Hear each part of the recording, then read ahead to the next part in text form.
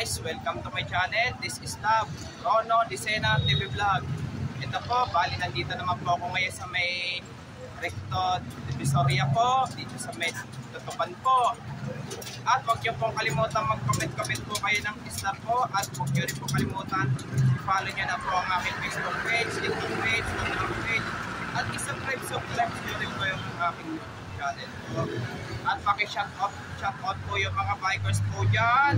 Pati yung mga nagja-jogging po at mga namimitik po. Paki-shoutout rin po. At paki-shoutout rin po yung mga ka-school po dati ng elementary sa Ligarda.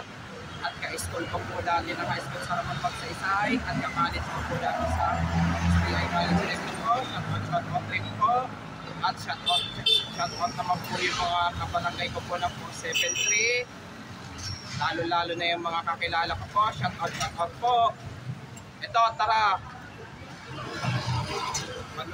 Panoorin po natin po yun.